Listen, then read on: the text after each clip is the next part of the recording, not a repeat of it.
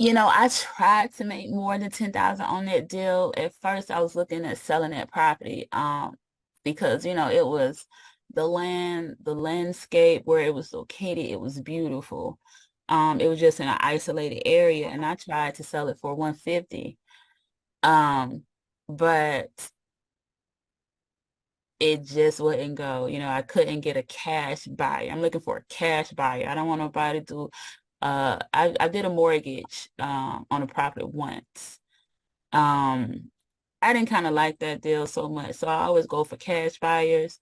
So I was looking for a cash buyer and I had three potential candidates. And the one who was a potential and who was really serious didn't have the 150. So I had to say, well, do I want to reason with the price? Or do I want to just go ahead, and walk away and try to find somebody else?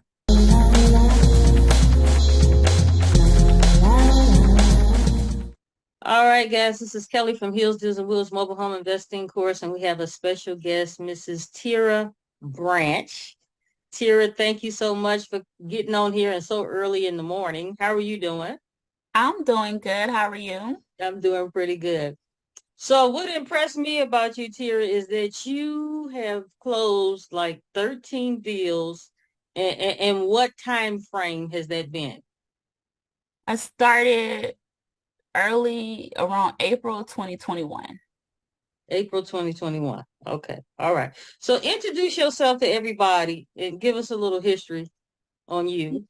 Okay, so my name is Tira. I'm in Atlanta, born and raised in Atlanta, and I always wanted to be a landlord, wanted to rent out property, wanted to jump into real estate, and did not have the means, the funds to do so, or the knowledge.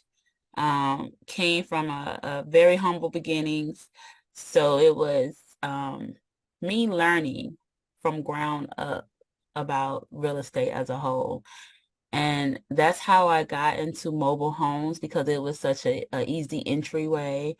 Um, little to no money was needed to get started. And so um at the time, it was during COVID, and I said, hey, let me try to find other means of making it. And mobile home investing is how I got started.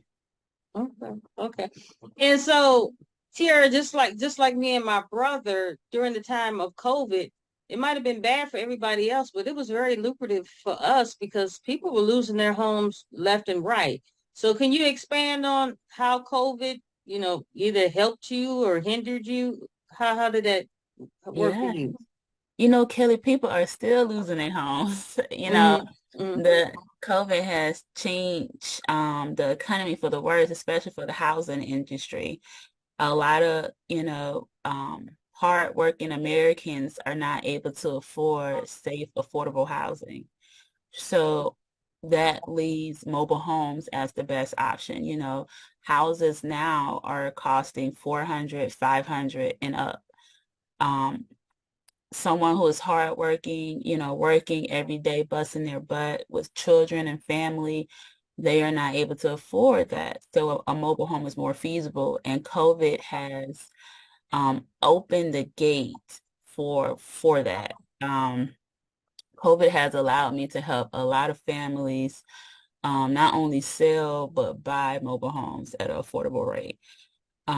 People are just looking for somewhere safe and affordable to live in, without, breaking a pocket, without becoming homeless.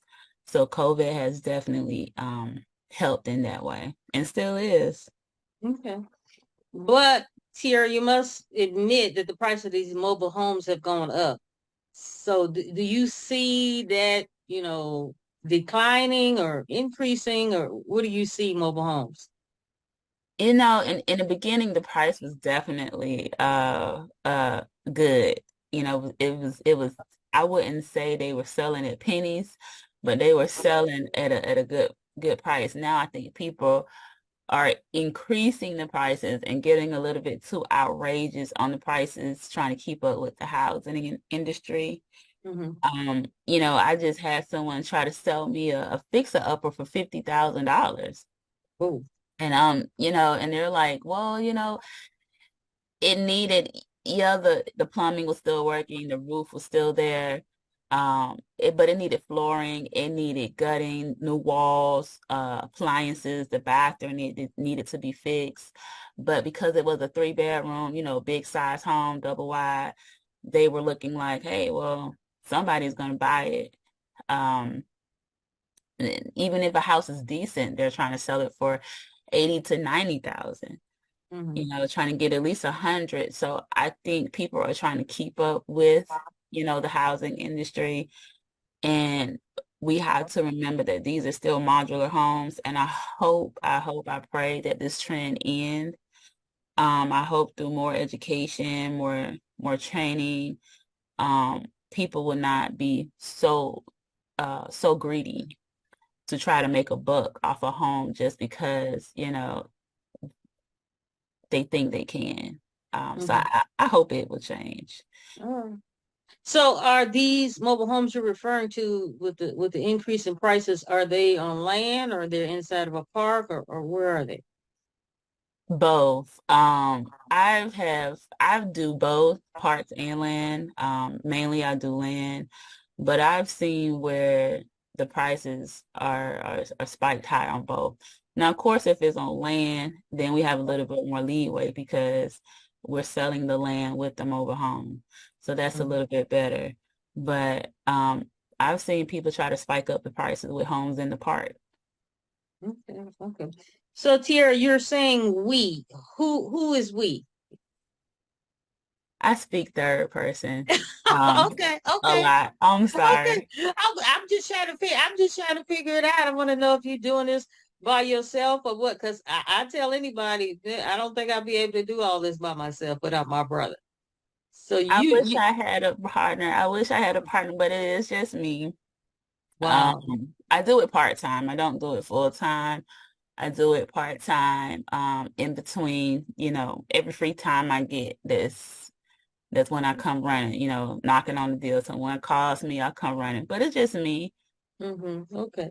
So Tiara, what is your favorite strategy? You buying wholesale? What do you do? Well, I have only done wholesaling.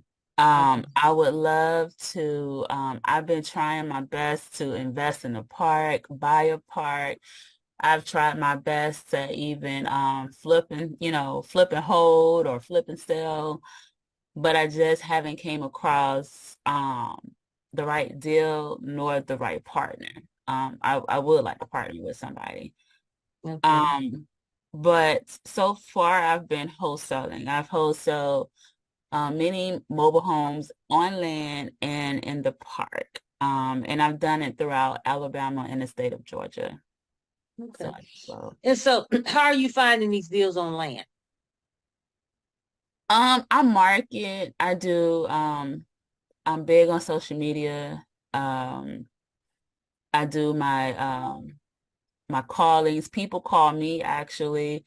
People, I've had a lot of people call me to sell me leads. So we kind of work that way as well. I do put my signs out, but I haven't put a sign out in a year. So usually, my number is out there. I have a website. I do Google ads. Again, I'm big on social media, so people find me and they give me a call and give Mhm. me the leads. I also done a couple joint ventures, so there's a few people that I've worked with as well that we work together to close on the deal. Okay. So how does selling a lead work? Is it like a bird dog fee? Because I actually paid the bird dog like $250. Is that the same or what? Yeah, it's something like that. So, I have, a person in the state of Alabama. Of course, I'm not local there. I'm local here in Georgia. So, she has a lot of real estate connections, connections as a whole. And so she'll go through leads and things that she have, and I pay her a fee for those leads. Depending on the property, depending on the potential sale of that property depends on the fee. So she actually gave me my first lead my first ever lead. It was a mobile home in Alabama on land. It was 5 acres and it was a nice property. I ended up selling it for, I want to say 100. It was either 90. It was close to $100,000. I sold the land and the mobile home together. And so her fee for that property was $1,500. So of course the deal had to go through before you gave her the 15. Of course, always, Okay. always, always. Unless you just got it like that, I don't know. No, no, So, no, no. so you sold the land and the mobile home for 100,000. Was there a mortgage on there or what? It was a lien on it, and so the proceeds had to first pay off the lien. We had to get an attorney involved because it involved property, so I had to do all of that lab work.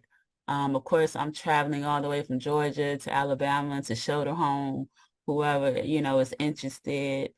Um, so yeah, it included a lot, and it was in a rural area of Alabama. And it was my first deal. It was very intimidating, but I made it through. And after that deal got closed, I was so happy. Um, I ended up walking away with my portion, like $10,000. And so, after that deal, I was like, I got to keep going. I could do this, I got this. And after that, I kept going and um I haven't looked back. So it's been a great journey. Okay. So you got $10,000 minus the fee you had to give to the lady who gave you the lead, which is 1,500 for a mobile home you did not own. Right. I did not Wow, wow. did And not and who paid the attorney fee? it came out the buyers did. It came out the price of Wow, mhm. I didn't pay wow. Interesting. And so how do you vet the buyer to see that they can afford that mobile home? How do you go about doing that? Um, I had a lot of people who had the money come by. The only problem I have for that property, or I guess for any property, I should say, not just for that one, when someone is serious. I don't really ask for receipts or bank statements and say, show me your balance. I really don't do that. I'm upfront with what the price is. I'm upfront with what, the buyer going to get, what the buyer is going to pay and what the seller is going to, get and what my fee is as well. So we talk about that from the jump. When you come to see the home, all of this is expressed to you. So you kind of know those who stay around, those who, ask more questions, those who are trying to inquire more, those are the ones who are interested. When people don't show up to showings, that's a blessing to me because, they they're not interested, and they're not able to waste my time any further. But when those do show up, then we got a potential. So I've always worked it out that way. Okay. And so how does the paperwork go for closing the deal, or does the attorney do that part of it? So in the beginning, of course, for the property that's on land, I come up with the agreement. So there's an agreement between me and the seller, an agreement between me and the buyer. Now, when the property is on land, the attorney is involved to make sure they do a title search, make sure, you know, if any liens, they get all that information. Liens not only on the property, but on the land as well. So they get all of that together, make sure all the taxes are paid. And they do the title name change. They're the ones that change the name on the title from the old owner to the new owner. And when it's on land, because I have the agreement that the property goes into my name, so there's two transactions. So as far as the seller goes, the seller and me go to the attorney. The seller sells me the home. The home is in my name. When the once that transaction is done, that paperwork is signed, then I have to sign another set of paperwork, which is now the property is coming out of my name to the new owner's name. So that's the process goes. That's how the process goes when it involves buying land and a mobile home together. Okay. And it's So not only for mm, the, oh, I'm go sorry. ahead. I'm sorry. Go ahead. It's not only for the mobile home, but it's for the mobile home and the land. Okay. So since it's for the mobile home and the land, we're talking a deed, aren't we? Aren't we talking a deed? Okay. All right. Yeah. Okay. And so is it my understanding you have to be licensed when you're dealing with, because you have to deal with a title company, correct? Because is the title company not going to give you the money if you're not licensed? You do have to deal with the title company, but every state is different. So you have to look at whatever state you're dealing with, you have to look at the laws and rules. For the state of Georgia and Alabama are two different states, so they require two different things. Georgia, you can put at least three properties in your name, I believe. In Alabama, you can put at least one in your name um, without a license. Okay. Um, to go over that threshold, you have to have a broker license, of course. Mhm. Um, that's another reason why I kind of been doing the whole wholesaling thing. That's why it's more favorable to me because at this time I have not gotten a broker license. I know it's on my to-do list, but I just haven't did it yet. So I've been kind of, bobbing and weaving that right now. So Okay. Well, from what I understand, it's not a scary process. I'm licensed, and the only state I know that's not open book is California. So it's open book. It's open book. yeah, And some people don't even require you to take a test. You just pay money and that's it. I'm not sure about those two states you mentioned, but yeah. So yeah, some you thinking I, about it. I think I am, and I'm thinking about too. I've always battled with still working with Alabama. The drive has really taken a toll on me. Um, so I went down to decreasing the areas I go in Alabama to now I'm thinking not doing Alabama at all anymore. So I am battling, do I want two or do I want one? Or do I just stick with Georgia? I'm not really sure. Gotcha, gotcha. So let's go back to the mobile home. So, you got your attorney, you got your buyer and your seller hooked up, you got all the paperwork. Who you were doing all these showings, even though you lived in another state, or you had somebody to help you? I did the showings myself. Wow. Wow. So were you living in that state? You had a hotel, or how did that work? No, Alabama and Georgia are pretty close. So Mm-hmm. the longest I drove to a property was 3 hours there and 3 hours back. Um, Wow. and there's a time change difference as well. So in Georgia it's Eastern, Alabama is Central Time. So that kind of saved me an hour.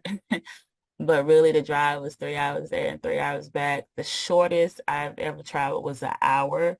So it's still a little bit of travel time. But um when you get them checks, it kind of like it Forget kind about the of drive. yeah. You're like, oh well, that wasn't that thing. And then on to the next deal. But when I look back at it, it take a toll not only on you, but your car, the mileage. And so I'm at the point now where I'm like, well, I need to probably just focus on the home state. But it was Mm, just me and the mobile home game is so crazy. I've have found a lot of trustworthy people, but at the same time, I have found some that are not trustworthy. So it's kind of that, it's kind of hard to determine who to trust and who to not. you go have somebody else showing your home, they done stole the whole deal from you. So I try to Right. watch out from that, being that I'm the only person too, you know, Mhm. I try to Mhm. make sure I play it safe. Mhm. Well, we definitely gonna get back to that. Let's get back to the money because you got me excited. So, what was there any point where you could have made more than $10,000, or you had already had it set, regardless of what you sold that mobile home for, you were only going to get 10,000? I tried to make more than 10,000 on that deal. At first, I was looking at selling that property, because, it was the landscape where it was located, it was beautiful. It was just in an isolated area, and I tried to sell it for 150. Um, but it just wouldn't go. I couldn't get a cash buyer. I'm looking for a cash buyer. I don't want nobody to I did a mortgage on a property once. Um, I didn't kind of like that deal so much, so I always go for cash buyers.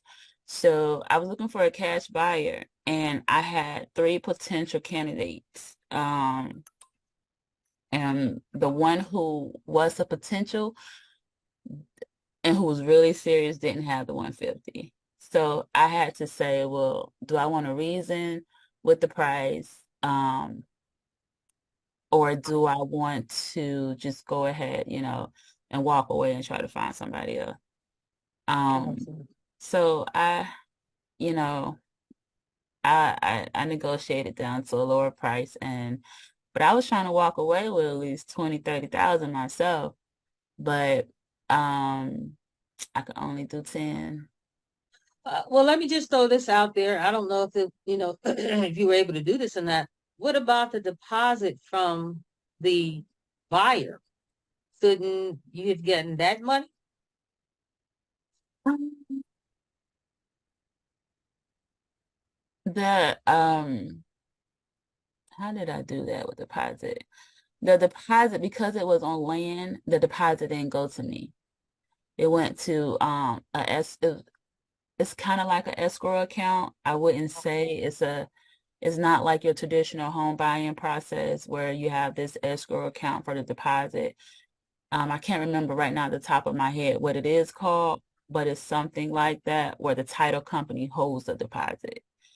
Um, and I could have had it went to me some type of way and kept it, but this was really my first deal, and I was just, kind of going through the process. Mhm. The mobile home in the park, even though I haven't did one at that time yet, seemed to be a little bit more easier, but doing a mobile home on land was a little tricky. I had to Okay, reach out a lot of times for assistance and for help. So, gotcha. So from the time you got the lead to the time you found your buyer to the time y'all closed the deal, how long of a time frame are we talking about?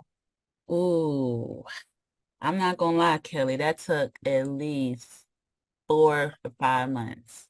4 to 5 months. Four to But five months, but yes. but not bad. I mean, you did a beautiful job. I mean, you done sold a property you don't even own. You got Yeah, $10,000. It took you a little time, but still you got. And what if you would have multiple deals going? I mean, my goodness, you know, yeah. It was wow. stressful. It was stressful because the seller thought it was never going to happen. So she's all in my ear, worrying me. And I'm like, just, trust the process, be patient. But, I'm thinking, will this work? Will this not work? Will a cash buyer come forth? And it ended up paying off. But I was nervous. I was shaking in my boots. Okay. All right. You did good though. So did the seller necessarily want the cash or was you who wanted the cash? Well, the seller, her only concern was, of course, she wanted the lien to be paid off. And then she was moving to Florida, so she wanted money to help with moving and buying, setting up a new place to live or whatever. So she had a set amount already in her head that she wanted. And I think her lien was like 20 something thousand. And the amount that she wanted was at least 60,000. So Mm, altogether, she wanted like she was okay with walking away with 80 herself. gotcha. And of course she wanted cash. She Mhm. wanted it in cash. So, that's how I determined the price. Not only did I determine the price based on the value of the home and the land and so forth, but she was on 5 acres. It was like 5.5 acres. She was on the property ran through a um a river, one of the major rivers of the state. So she had a river, you could go out and fish if you wanted to. It was isolated, not so many people in the area. Um, so it was a nice property. And the people who bought the home, you guys, was not even from Alabama. They weren't even from nowhere near the surrounding states. They were all the way from Dakota. Mm. And how they found me was, at the time I had the home advertised on social media. And I use all social media platforms to advertise, and that's how they came across the ad, and that's how they reached out to me. The buyers did, and they. Okay, so how did you the value of the you had to do the value of the land, right? And then Mhm. had to turn around and do the value of the mobile home. How did you come up with those numbers? I had to do a lot of research. I first went to the county tax assessor office website, and I assessed all the properties in the area who are at least between 5 and 6 acres of land because she had like 5.5 acres. So I would look at other properties in the area and see how much was the land going for. And then her mobile home itself, I looked at, her taxes. I looked at other mobile homes in the area. She had a 3 bedroom, 2 bath. There was a double wide. I looked at the condition of the home. I looked at um, other features as well. Like her home, for example, ran on well water. So she had no city water. Only thing city is the power. She had access to the river. She was on a riverbank, you know. Um, So it took me a couple of months for to get all this information, to crunch all the numbers, to make sure that not only did I price the value of the property and the home at the right value, but not only was she getting what she wanted, but I could walk away as well with a good amount. Because this was a lot of work. So I didn't want to, underprice, and I do all this work and I walk away with little to nothing, or that doesn't show the value of the work that I put in at least. So I had to call the city. I had to do a lot. I had to pull tax records. Um, and the thing was crazy is that the land was in one person's name and the mobile home was in another person's name. So Wow. this was it was very challenging. Um, Her daughter owned the land, but the mom was the one who owned the mobile home. Um, and not only that, the land was a split off property. Originally it was attached 60 something acres, and it was, half of those, well, I guess I say 50 something of those acres were sold off, and the daughter left that little part to the mom. So when I went to the tax office, I'm doing all this research, and I'm like, but is the county still had it attached to this whole big property. So that was a whole thing in itself where I had to determine, I'm mapping out a property now. I think I got mapping experience, sort of say, because I had to map out this whole 60 acres and determine which part was the trailer on. And that was a whole thing in itself. But at the end of the day, the buyers got a good deal. The buyers got a steal. I think the seller was very eager to sell. She was, it took quite a while. She was really trying to move. Um, and I think if the seller wasn't such in a rush, then the buyers probably wouldn't have gotten that home at the price they got in because really in all actuality the home was really worth 150. Wow. In the Wow. wind was So, really so it was a good thing that, that these two were related because it's a possibility you could have made a mistake and just sold the home and not the land. And then the buyer would have had to move that mobile home, right? yeah, and the seller was very open with information. She didn't hide anything. And of course, when you went to look on the county website and do the research, you'll see, I had to call the title office and everything. You'll see the name that are on these properties, and you can see they're totally different. And when I asked, I didn't even know she had children until I said, well, who's such and such? And that's when she started to tell me the story. And um, and like I said, it was in a rural area. It was a nice piece of property. And I guess it was one of the things where it was family property and the people are just moving out the area. So they're selling, what they had and they're moving to another part of, another area. So Mhm. um you got to really do your research and you really got to be open with someone. And a lot of times people ain't open with the full story, but that's where your research is comes into play. All right. I actually because so you're talking about the GIS map. I'm assuming that's what you're talking about. On the Yeah. county So side, yeah. let me tell you what happened to me real quick story. And this 2 weeks ago, I was trying to buy what I thought was just a mobile home. They were behind on their taxes, and I was so excited. They were behind on their taxes like 18,000, and the opening bid was 35. And I got on the GS map and I said, man, something is wrong. Something's really wrong. And I kept doing my research. And next thing you know, when you're starting out doing this research, it seems like it's a lot of work. And I did some more investigating and I figured out it was not one mobile home, but the entire park that was for sale.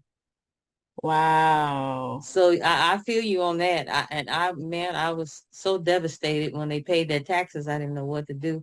So I feel your pain with the research. But now that you have done the research, you feel more comfortable now. It's like riding a bike, wouldn't you say?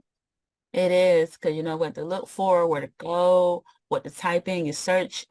Before I didn't know, I didn't even know the counties had a website and they made this public where you can go and find some of these things. You Right. know, sometimes, when people call me or sometimes when, I get these spam calls or sometimes unknown callers. That's where I get my information from. I go and look people up now. So, I learned a lot. I learned a lot, and research doesn't hurt. It will save you a lot of money in the long run, and it will save you from doing going through a lot of mistakes. So hmm hmm it's definitely Yeah, worth when it. I first started researching properties, I mean, I would have like 120 pieces of paper and all this little chicken scratch and printing out stuff. And now I barely have one piece of paper because it gets easier and I get excited about it, even though sometimes, well, I shouldn't say sometimes, even though I don't win the property, I know what to look for the next one. So yeah, so kudos to you for doing all that. That's amazing. And that was your first deal and you did all that. That was my very first Wow. deal. Wow. Okay. So tell us what has been your biggest return on your investment. So have you ever bought the home flat out and then resold it, or are you just straight wholesaling? Straight wholesaling. Never bought the home and did anything. Never bought the home. I've been looking for a home to buy. I've been looking for whether it's in a park or on land. I want to buy a home, but um, and I'm trying to do this in the state of Georgia, by the way. But I have not found the right opportunity. It seems like um I should have started out buying and holding first. Because now that, 2 years later into the game, I feel like people, um, everybody, even this, the buyers, they think they're so more knowledgeable. Um, and we got these hiked up prices and it's so much thing I'm combating, even the park owners. Um, I'm not sure how this is all over across the state, but I know part of Georgia, they are becoming corporate owned now more than ever. So, you got these big corporations. So when you go into the park, not only do you have to play their game, but you have to be careful because they are also they're respectful, but they're trying to go over on you. So you really have to lock in your relationship with the seller, with the neighbors if possible, because a lot of times, even though they know you there, they will still try to, go over on you and put their people in there who they want in the home, and they'll try to talk to the seller, right under you or behind your back, and so the the parts are kind of tricky here in Georgia. Mhm. And you made a very good point because me and my brother got a lot of our mobile homes during the pandemic. So you made a very good point. And the last mobile home we actually bought was actually a year ago. And we had bought a 2 bedroom, 2 bath. They started off wanting 37,000, but we got them down to like 15 or 16. And then the next month, you know, when the pandemic was like almost over, well, it's still not quite over, they wanted to give us a mobile home that was like a 2-1 for 40, and they would not budge on it. So I said, how can you sit here? Last month, I bought a 2-2 for 15, 16, and now you really stuck on you want me to pay 40 a month later. So you made a good point. It probably would have been best if were in a financial situation to buy the mobile homes back then, because now the prices are getting crazy and who knows when it's going to go down. So that was a excellent, excellent point. So moving mobile homes, any experience with that? Oh yes. I had a couple mobile homes that needed to be moved.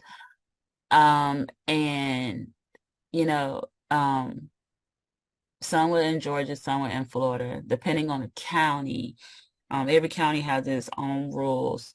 So one story was here in Georgia, north of Georgia, I had a mobile home that needed to be moved probably like 20 20 miles away from where it was originally located.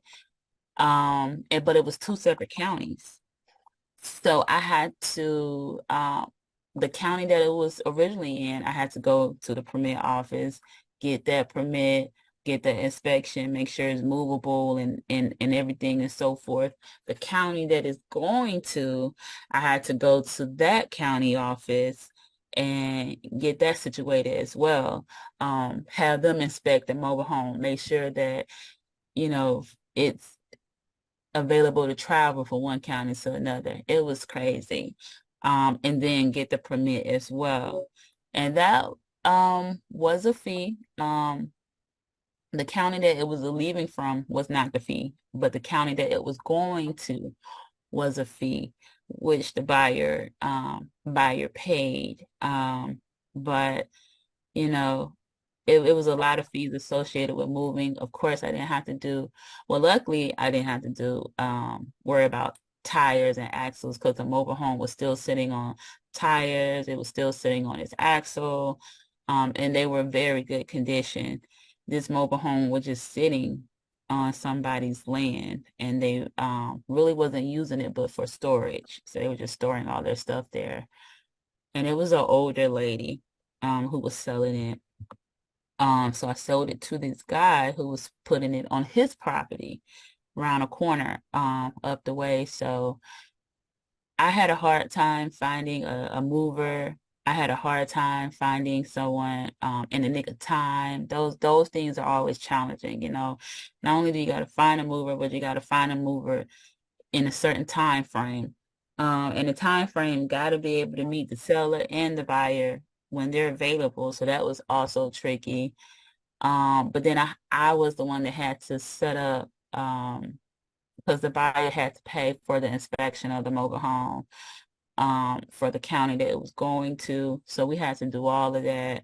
I had to go with the buyer to the county office.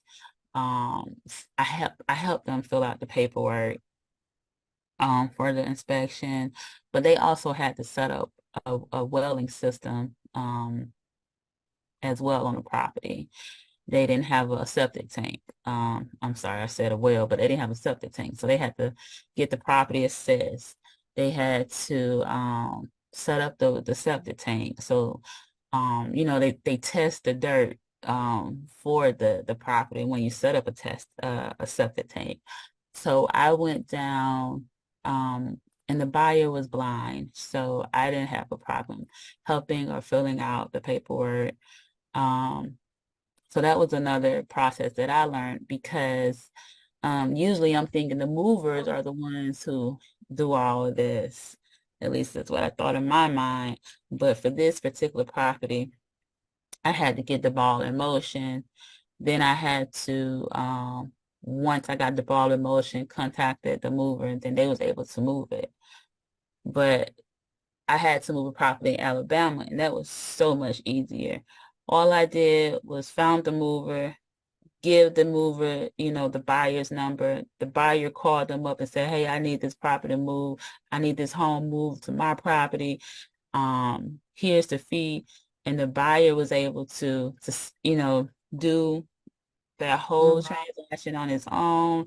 The mover was able to get whatever they was needing, permits and everything from the county on their own. I didn't have to hold nobody's hand. So that process was a little easier and more favorable to me than the other situation. So Mhm. So let's get back to the first situation. So the home could be moved to the land, right? Before the septic tank came, right? The septic system, correct? They just it would had no water. That's all. right, right. Okay. So how much did the septic system normally cost? It depends on the acreage. So um the home was going to a property that was uh it was on like 80 acres of land. Wow. So uh it had a farm already on the property, and the farm already had its own septic tank. So what the county had to do was, in order to put another home or any other home on that property, they had to test the dirt around that farm to see where the septic tank could be placed. Gotcha. Um, The and perk so, test. hmm Mm-hmm. and the property also had trees all around. So that was another issue too, because one part was cleared, which where the buyer wanted the home, but we was worried that that dirt wouldn't come out okay during the testing, and we was thinking maybe the areas with the trees would probably be the best area. And that was going to lead to another issue because then you would have to get somebody to come and clear the trees and clear the property. That part wasn't clear yet. But luckily, the part that was clear did end up testing, the soil ended up testing okay. Um, and that test alone, oh, it was like 30,000. Whoa.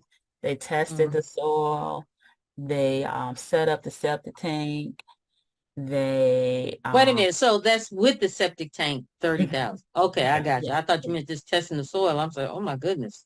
Mm-mm. Okay. I Mm. can't remember the breakdown, but altogether it was 30. Okay. It was 30, All right. yeah. All right. All right. And he So, had the money. so somebody said, "Oh, I got a difficult deal." Are you raising your hand or what? Because it seems like you got some difficult deals you're doing. I have had difficult deals, but For some reason, I never strayed away. I just ran straight forward into them. Um, but the community that I'm a part of is very helpful.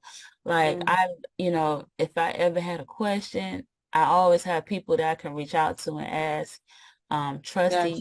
trusty people that, I trust, and they will give me their God honest opinion.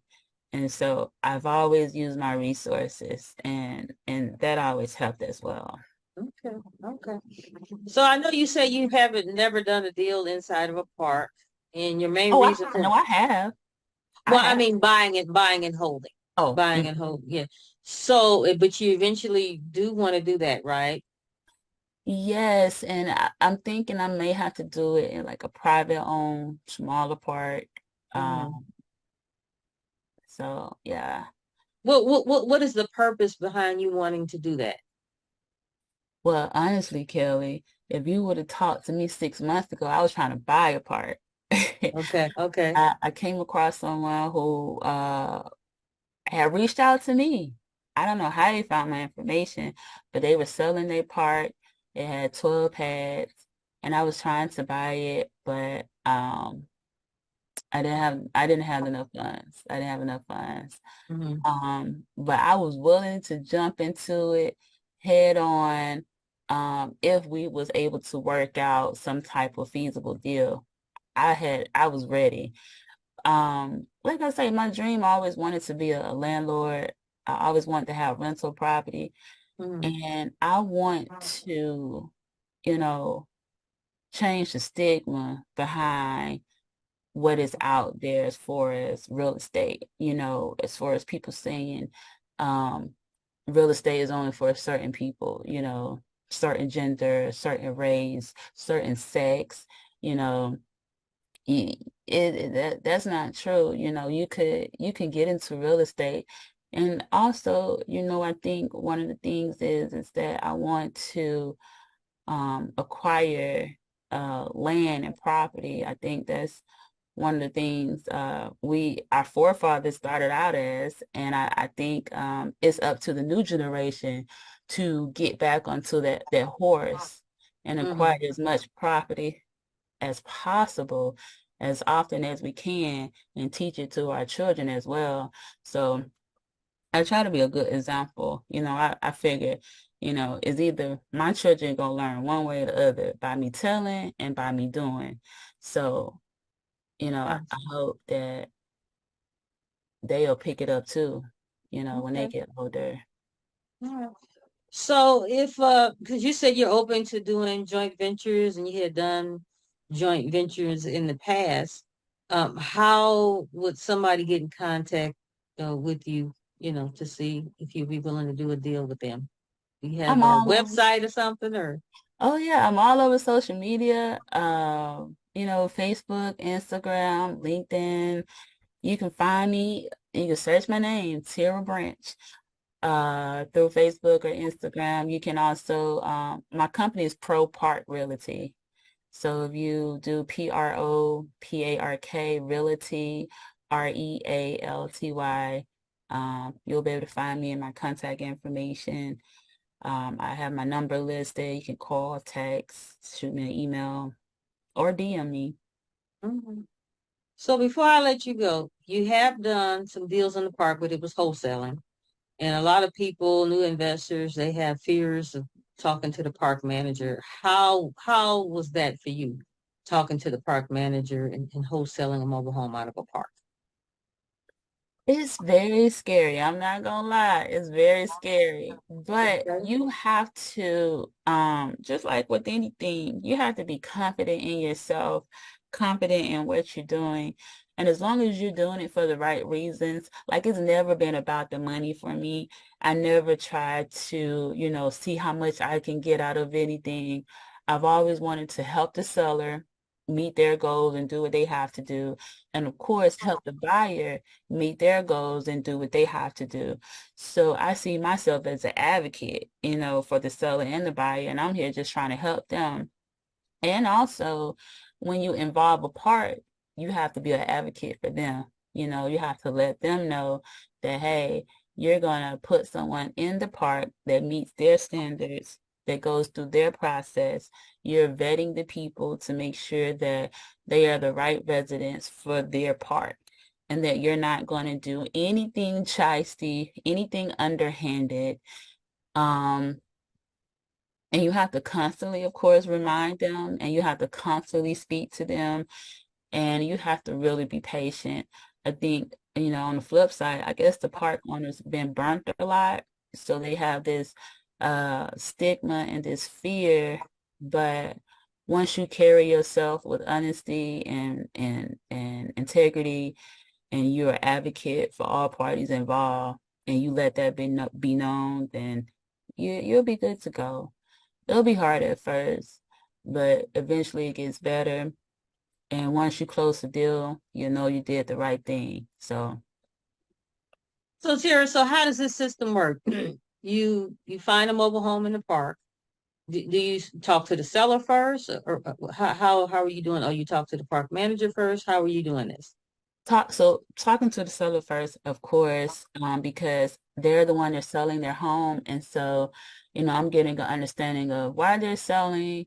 I'm getting understanding of the home, of course, assessing the home, making sure that it's up to date or just checking out the condition of the home pretty much. I'm getting an understanding of what the go home price is for the seller. Checking out if there's any taxes on the mobile home. Are they up to date? On their stickers or the decals, are they current? Are there any liens? Do they have a mortgage? Um, and so, once all of that is clear, then of course, I go through vetting a buyer first before I even talk to the party. I go through vetting a buyer. So I, you know, look for a buyer, I get a buyer. Once I get a buyer, then that's when I go and establish a relationship with the party. But I make sure when I talk to the seller that um, we have a good communication. I make sure I establish that first. I make sure I establish that, I'll be the one viewing the home. I'll be the one showing the home. If you have any questions, reach out to me. I'll be the one dealing with the park. So, they have any questions, you can give them my number or you can, ask me. So I don't want, I try to establish that come to me. Don't go to, no one else because I wouldn't want no one else to get involved, especially for the corporate owned parks. Um, but once I gather a buyer and I get a serious buyer and I know they're interested in the home, then that's when I'll introduce myself to the park, let them know what's going on, what we're doing. That's when I find out what all the rules are. Of course, I already did my research and sometimes they have the application online, if they have a website. So you can go to the website and you can see all the qualifications. But once even though I've done my research, I still have that communication and that conversation with the park. I just don't want to go off, and seem like I know everything and Yes. talking is best too, Hmm. even if it's just going over the same information. That way you can get a vibe of a feel of who you're dealing with. So I Hmm. have that conversation with the park. And once all the guidelines are established and I understand what they're fully looking for and I understand what the full process is, then that's when I introduce them to the buyer. Okay. So I say, hey, well, I got a buyer. One part I had to give them the front office number. Then the front office was the ones who sent the application link to the buyer directly, Hmm. which at that time it was okay for me because I had already established relationship with the seller, the buyer, and the part. So everyone knew that, you know, if anything funny was going to go on, that Tira should know or Tira should be involved or something just ain't right because Tira ain't here. So, you know, It was pretty good, but I've had situations that didn't go so good as well with parks too. So But Tara, would you say it was scary for you because maybe you hadn't done it before? Was that the scary part? It wasn't scary because the park manager was an a-hole or anything like that. yeah, but also because I had bad experience with parks. Oh yeah. Okay. Mhm. That's why I kind of go for the land deals. Mm-hmm. I did more land deals than parks. Mm-hmm. Um, Share with us a bad experience. Share with us a bad experience. so I went out to this park. A lady was selling her mobile home, and um it was not a good mobile home. It needed fixing. And this is one that I actually thought would, well, I could buy this home from her at a low price. I can come in, fix it up, and then I could, rent it out or resell it. Because it was very bad. And she just wanted little money. She didn't want a lot. So after I met the seller, we had a good relationship. So I thought then I was the one that was going to be the buyer. So I didn't go look for a buyer. I went straight to the park and talked to the park. And I asked them, what the process is, what the guidelines, do they allow subleasing? Do they allow, or is this park owned? Do you have to own and stay in the home, or can you rent it out? And so after I answered all my questions, I shared my card, my contact information, and I thought we were all good. I thought we were okay. I said, okay, good. I'm gonna call the seller back, let her know, we can lock this deal in such and such. I end up going home, making sure I crunch the numbers, look over everything, do my research. The next day I try to reach out to the lady. She is nowhere to be found. The seller done went MIA on me. And I got a Facebook group, and I was, of course people could come in, they could join, and we share mobile home deals or whatnot. The park owner or the park manager who I was talking to joined my Facebook group. At the time I didn't know it. Mm-hmm. So what ended up happening was when the lady in my, then the seller, when she, didn't respond to me or whatever, I ended up messaging her on Facebook because that's how we initially met.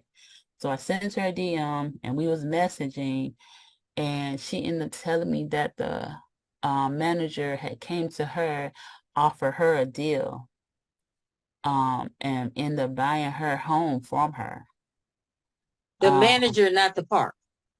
well, she's speaking for the part. Gotcha. She's Gotcha. speaking for the part. So they end up, going to the lady themselves and, buying a home from the lady. Gotcha. So now the part owns the home. And, Mm-hmm. I'm thinking, this lady done joined my Facebook group. She trying to take all my other leads probably. I don't know, but I left her in there, hoping, hopefully I never been the one to shun anyone from information or, if it's for you, it's going to be for you. If it's for me, it's going to be for me. We don't have to do no tugging, no animosity or none of that negative stuff. So I love her in the group, and I hope it panned out well. But that situation happens a lot with the parks around here. I had one owner, I put my sign, um, the park was connected to the major street. And so I put my sign, close to the major street. So the city really owns that part of the property. I didn't put my sign on the park property.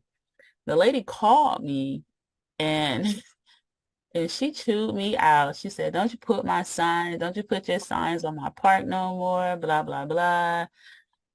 So here in Georgia, park managers and park owners, I'm not sure because they were burnt, or I'm not sure they're becoming too protective of their asset, but really, you know, it's just a collaborative, working environment, really. I help you, you help me, your Hmm. lungs are empty, I'm helping you fill them. That's how I look at it. It's in my interest that I put people who you're going to be satisfied with in your park. But sometimes the parks have their own salespeople too. So that's probably why they're so against it. I'm not really sure, but it's a real struggle. The mom and pops in the countryside areas are more favorable than the corporate owned parks that are usually owned, near the city. Yeah. And then also the park has the first right of refusal to the mobile home. Before you and I, the park has the final say. So when you was telling me the story, you talked to the seller and then you talked to the buyer. I would have talked to the seller and then talked to the park to make sure they didn't want it. Because then you wasting your time finding a buyer. Because if they want it, that's like a waste of time. Yeah, Oh, yeah.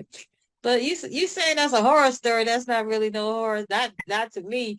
The horror story to me is all that moving you was doing and all that septic tank and all that. Girl, you doing? You were killing the game. That's why I got you on here. So, Tiara, can you give somebody like a newbie any words of wisdom, trying to get into this business and people who might have analysis paralysis? Do you have any words of wisdom? there's no better time than now. Don't wait for a good time or a good moment in your mind. Go ahead and start any little thing, whether it's setting up your LLC, putting your signs out, whether it's creating your buyers list.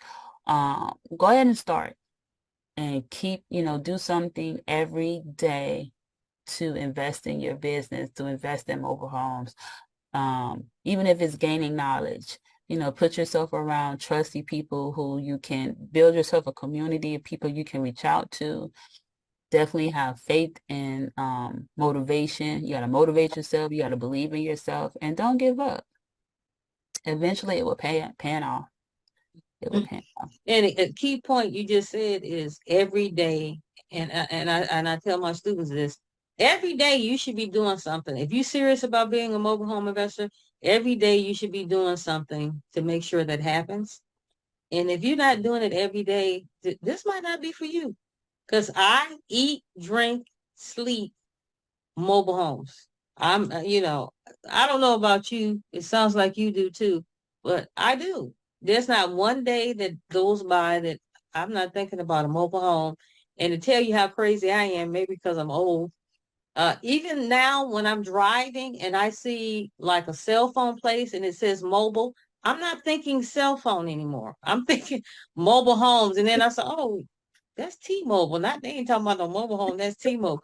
I'm eat, drinking, and sleeping mobile homes. And if you're not, you might want to. This might not be for you. Mobile homes ain't for everybody, but it's for me and my family, and it sounds like it's for you too. So give everybody your contact information one more time, and I greatly appreciate you being on here. And then I'm gonna send you another Zoom link, and we're gonna talk briefly. Give them your Thank contact information one more time. Yes, you can find me on Facebook at Teria Branch, or you can find me on all social media platform at Pro Park Realty. That's PROPARKREALTY. Thank you so much. I appreciate you being on here.